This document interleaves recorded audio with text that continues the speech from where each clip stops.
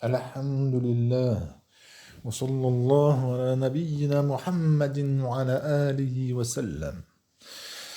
Al-dhikr, le dhikr, qui veut dire le rappel, l'invocation, l'évocation bien sûr, quand on dit al-dhikr avec alif wal lam, c'est dhikrullah, le rappel d'Allah, l'évocation d'Allah, invoquer Allah.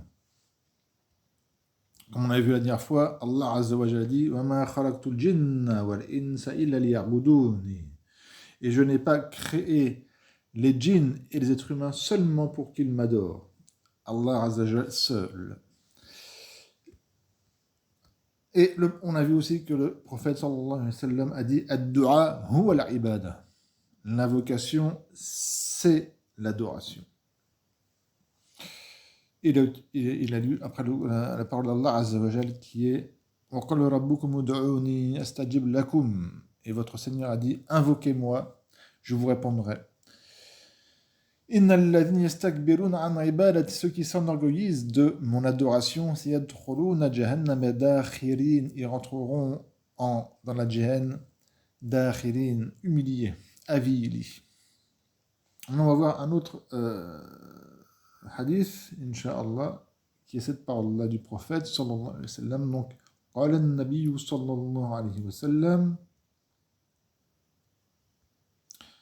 Voilà. Alors, je n'y arrive plus. قال النبي صلى الله عليه وسلم مثل الذي يذكر ربه والذي لا يذكر ربه مثل الحي والميت. مثل, l'exemple, الذي, de celui, يذكر ربه, alors mettez bien les harakat, يذكر, ça c'est un fi'l mudari', marfou', وعلامة الرفع الضمة, يذكر ربه, et c'est pas ربه, ربه, الرب ici c'est مفعول به, il est mudaf, ولا مضاف إليه, ربه.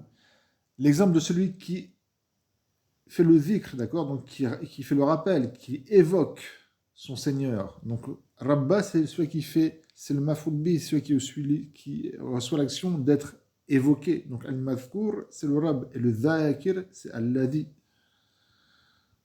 D'accord, faites attention à ça. Donc mathal ladhi yazkur rabbahu walladhi la yazkuru rabbahu, et l'exemple donc de celui qui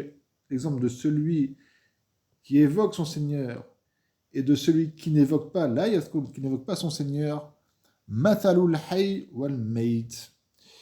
Bon, excusez-moi.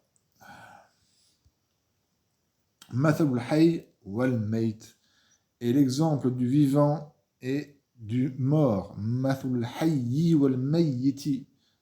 Mathalou, c'est. Hop, je vois. Mathalou, c'est le mubtada et le mudaf. Alladhi mudaf ilay. Wa silatul mawsoul, la phrase qui vient après alladhi yathkur rabbahu walladhi yathkur rabbahu. Et mathalou, le mathalou deuxième qui est ici, c'est le khabar. Mathalou, c'est le khabar du mubtada qui est là.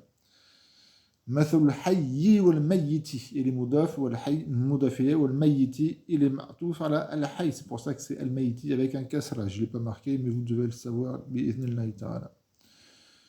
Donc, celui qui évoque, qui fait le dhikr, qui évoque son Seigneur, qui fait le dhikr, c'est lui qui est le vivant. Et celui qui ne fait pas le dhikr d'Allah, qui n'évoque pas son Seigneur, c'est lui le mort. Son cœur est mort. Ce hadith est muttafaqun alayh. Il est rapporté donc par l'imam al-Bukhari et l'imam Muslim dans deux sahih. Barakallahu fikoum.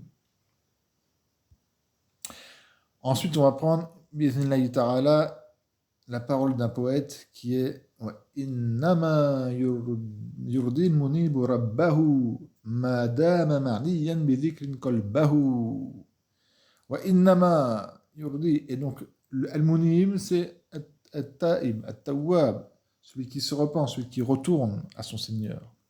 Donc celui, on va dire le repentant, ne va satisfaire, إنما يرضي, ne va satisfaire son Seigneur, seulement son Seigneur quand?